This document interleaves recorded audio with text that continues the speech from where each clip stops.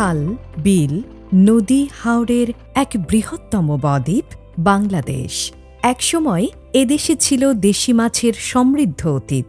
সুস্বাদু দেশি মাছে ভরে উঠত জেলের জাল। কালক্রমে অত্যাধিক জনসংখ্যার চাপে ও পরিবেশ দূষণে ধীরে ধীরে বিলীন হতে বসেছে এইসব সুস্বাদু দেশি মাছ। দেশি মাছের হারানো ঐতিহ্য ফিরিয়ে আনতে মৎস্য ও প্রাণী সম্পদ মন্ত্রণালয়ের উদ্যোগে মৎস্য অধিদপ্তর দেশীয় প্রজাতির মাছ এবং শামুক সংরক্ষণ ও উন্নয়ন প্রকল্প বাস্তবায়ন করছে। টেকসই উন্নয়ন নিশ্চিত করতে দেশি প্রজাতির মাছ সংরক্ষণ ও উন্নয়নই এ প্রকল্পের মূল লক্ষ্য। বর্তমানে দেশের দক্ষিণাঞ্চলের 10টি জেলার 49টি উপজেলার জলাশয়ে প্রকল্পের কার্যক্রম চলমান রয়েছে। দেশি মাছ সংরক্ষণের নানা কার্যক্রমের মধ্যে রয়েছে ইউনিয়ন ও উপজেলা পর্যায়ে উদ্বুদ্ধকরণ সভা, মৎস্য অভয়াশ্রম স্থাপন, মৎস্য আইন বাস্তবায়ন, পুনঃখনন, কচুরিপানা ও জলজ আগাছা অপসারণের মাধ্যমে আবাসস্থল উন্নয়ন, বিকল্প কর্মসংস্থান সৃষ্টি ও জীবনধারণের সহায়তার জন্য মৎস্যজীবীদের মধ্যে ছাগল ও ভ্যান, জাল ও ইনসুলেটেড ক্যারেট বক্স ভ্যান বিতরণ ইত্যাদি। এছাড়াও দেশীয় প্রজাতির মাছ উন্নয়নে এবং অপ্রচলিত মৎস্য সংরক্ষণ ও উন্নয়নে মাছ চাষের প্রশিক্ষণ, পুকুরে দেশীয় মাছ চাষ, পেনে মাছ চাষ, খাঁচায় মাছ চাষ, পোনা মাছ অবমুক্তকরণ, বিল নার্সারি স্থাপন, শামুক, ঝিনুক ও মুক্তা চাষ ইত্যাদি কার্যক্রম গ্রহণ করা হয়েছে। অপ্রচলিত মৎস্য, শামুক, ঝিনুক সংরক্ষণ ও উন্নয়নে মৎস্য অধিদপ্তরে এটিই প্রথম প্রকল্প।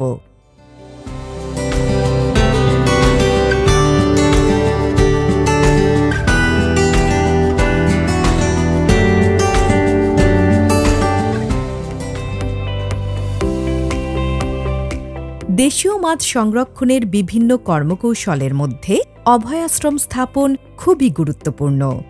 উন্মুক্ত জলাশয়ে অভয়াশ্রম তৈরি করা হয়, যেন সারা বছর পানি থাকে, মাছ স্বাধীনভাবে বিচরণ করতে পারে। অভয়াশ্রম বাঁশ দিয়ে ঘেরাও থাকে। এখানে মাছ ধরা সব সময় নিষিদ্ধ, ফলে মা মাছ রক্ষা পায়।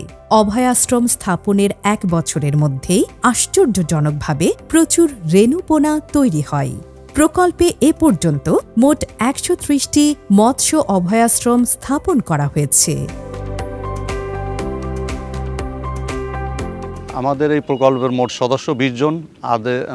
এর আগে প্রকল্প শুরু করার আগে এখানে তেমন কোনো দেশি প্রযুক্তির মাছ দেখা যায়নি। আর এটা করার ফলে আমাদের এখানে সেই বিশেষ করে শৈল মাছ, তারপরে চিতল মাছ, ফলই মাছে এগুলো পর্যাপ্ত পরিমাণ দেখা যাচ্ছে।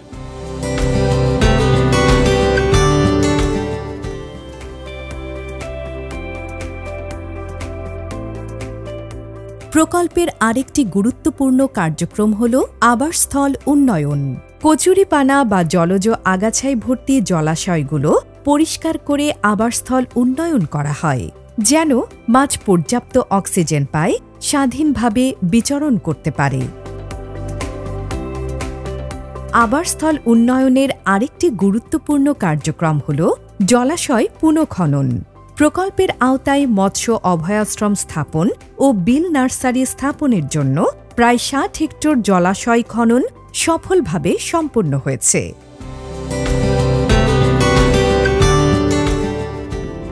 নিষিদ্ধ জাল, বিষ প্রয়োগ, ইলেকট্রিক শক ইত্যাদি অবৈধ উপায়ে মাছ ধরলে ছোট বড় সব মাছ একেবারে শেষ হয়ে যায়।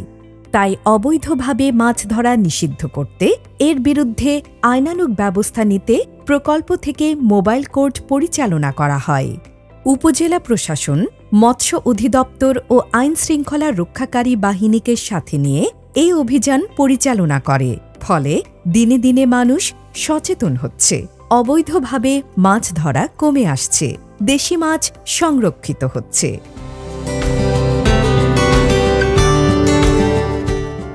বৈশাখ, জ্যৈষ্ঠ, আষাঢ় মাসে দেশীয় প্রজাতির মাছের পেটে ডিম আসে। এ সময় ডিম ভরা মাছ যেন মৎস্যজীবীরা না ধরে, সেজন্য বিকল্প আয় বর্ধনমূলক কর্মকাণ্ড এআইজির আওতায় প্রকল্প থেকে মৎস্যজীবীদের ছাগল ও ভ্যান দেয়া হয়েছে, যেন তারা এই সময় বিকল্প আয়ের সাথে জড়িত থাকেন। দেশীয় প্রজাতির মাছ আহরণের মাত্রা কমে, দেশীয় প্রজাতির মাছ রক্ষা পায়। প্রকল্প থেকে এ পর্যন্ত 1717 গ্রুপে 8585 জন সুফলভোগীকে এআইজি সুবিধা প্রদান করা হয়েছে।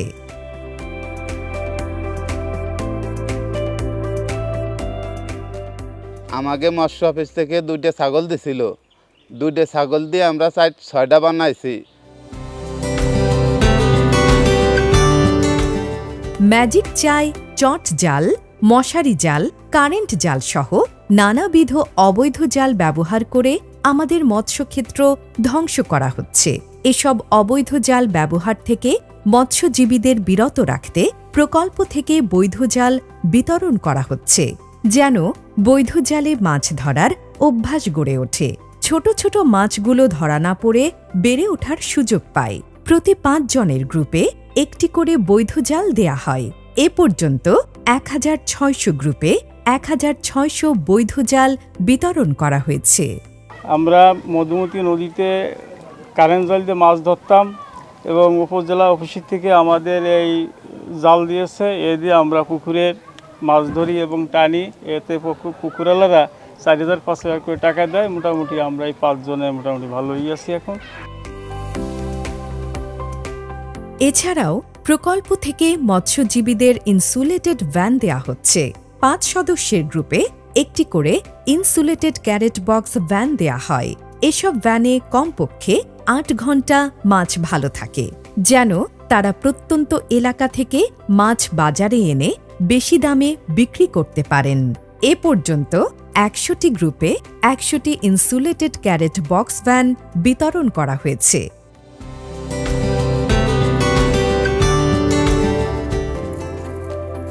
মৎস্যজীবী, মৎস্যচাষী, অপ্রচলিত মৎস্য আহরণকারীদের জন্য প্রকল্প থেকে সারা বছর নানা ধরনের প্রশিক্ষণের ব্যবস্থা করা হয়।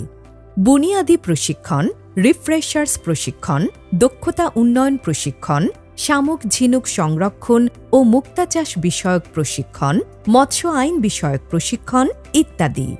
এসব প্রশিক্ষণে মাছ ধরার নানা কৌশল ও প্রযুক্তি বিষয়ে যেমন দক্ষ করা হচ্ছে, পাশাপাশি মৎস্য আইন বিষয়েও সচেতন হচ্ছে মৎস্যজীবীরা।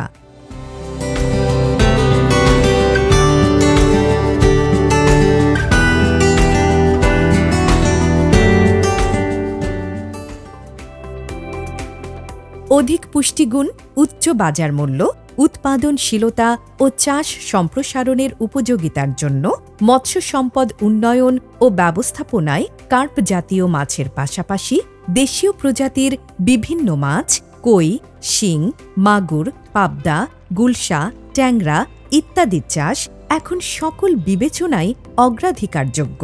ছোট বড়, গভীর অগভীর সব ধরনের পুকুর দেশি প্রজাতির মাছ চাষের জন্য উপযোগী।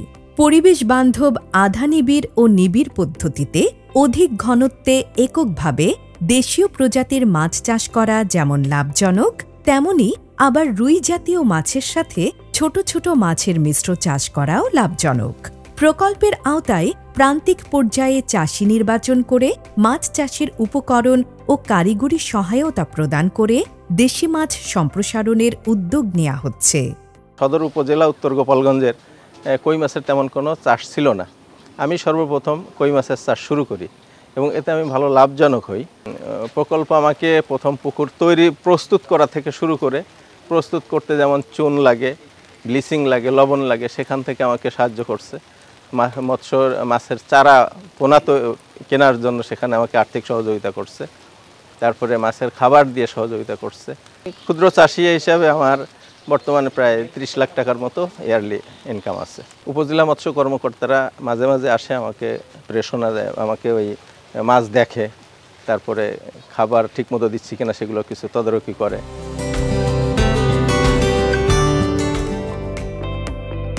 প্রকৃতিকে ঠিক রেখে মাছ চাষের পরিকল্পনায় পেনে মাছ চাষ প্রকল্পের আরেকটি গুরুত্বপূর্ণ কার্যক্রম।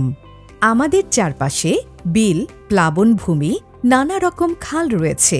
এসব জলাশয়ের দুদিকে বা চারপাশে নেট দিয়ে পেনে মাছ চাষ করা হচ্ছে। প্রথমে মৎস্য চাষিদের নিয়ে গ্রুপ গঠন করা হয়। এসব গ্রুপে উপকরণ ও কারিগরি সহায়তা দিয়ে প্রযুক্তি হস্তান্তর করা হয়। প্রকল্পে আমরা 5 জন আছি, আমরা 5 জন উপকারভোগী। ধরেন এটা তো 1 ফসলি জমি ছিল, আগে শুধু ধান হইতো। তারপরে এই যে পানিটারে আমরা সম্পদ হিসেবে কাজে লাগানোর জন্যে এখানে আমরা পেন পদ্ধতিতে যে মাছ চাষ করছি। আপনারা দেখতে পাচ্ছেন এই যে আমাদের বেড দেওয়া, এই বেডের ভিতরে আপনার ধরেন আমাদের 5 জনের জমি আছে। কমপক্ষে 10 লাখ টাকা আমরা ইনকাম করি।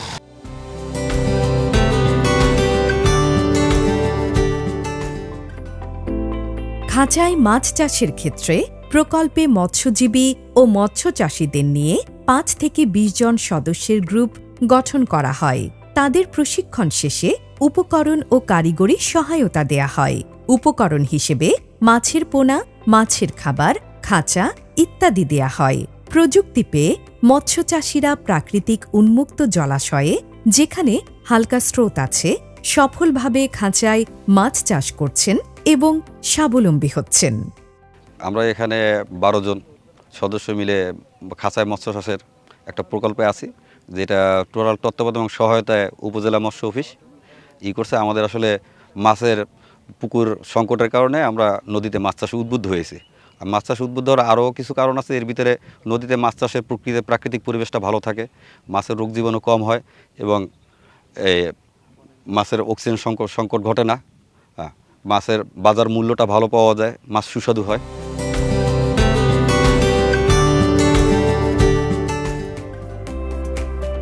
বিল নার্সারিতে বিলের মধ্যে পুকুর খনন করে সাধারণত দেশি জাতের মাছ ও রুই জাতীয় মাছের রেণু ছাড়া হয়। ওই রেণু থেকে পোনা উৎপাদিত হয়। রেণু মজুত করার ফলে মাছের পোনা, মাছের উৎপাদন বৃদ্ধি পাচ্ছে। বর্ষা মৌসুমে বিল প্লাবিত হয়ে গেলে ওই পোনা বিভিন্ন জায়গায় ছড়িয়ে যায়। এভাবে প্রকল্পের মাধ্যমে মাছের জাতীয় উৎপাদন বাড়ানো হচ্ছে।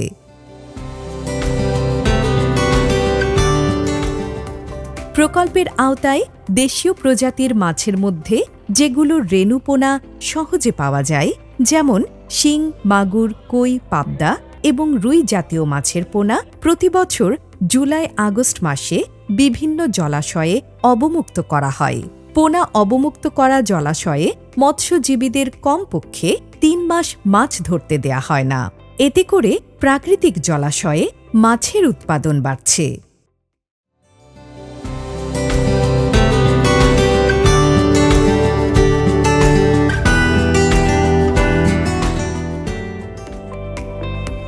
শামুক জলাশয়ের পানি পরিষ্কার রাখে। শামুক চিংড়ির খাদ্য।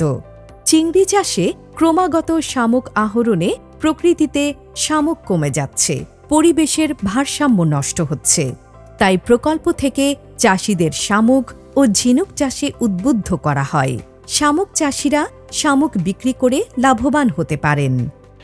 আমি বিগত 3-4 বছর ধরে আমরা এই মাছের দেশীয় প্রজাতির মাছ ও শামুক সংরক্ষণ উন্নয়ন প্রকল্পের মধ্যে আমরা আছি। সেখান থেকে আমাদেরকে চাষ করার জন্য দেওয়া হয়েছে এবং ট্রেনিং করেই আমরা এই মাছ চাষের এবং পাশাপাশি শামুক চাষে, বিশেষ করে শামুকটা চাষ করার জন্যই বেশি আমাদেরকে দেওয়া হয়েছিল।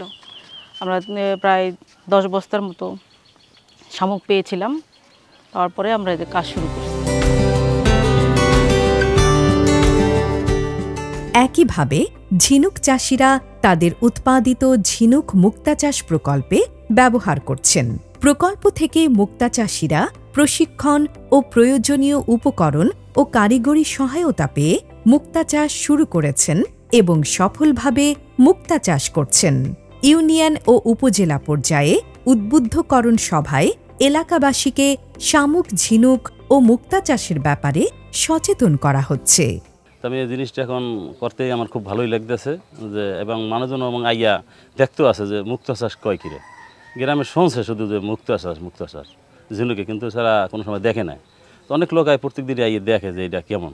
আমাদের এই ঝিনুক দেশে, নেট দেশে এবং প্রশিক্ষণ দেশে এবং এটারে এই ডাক্তার থেকে এটারে কি বসাই দিয়েছে, এই মুক্তার যে ডাইসটা সে বসাই দিয়ে গেছে এই প্রকল্পটি 2026 সালে শেষ হবে।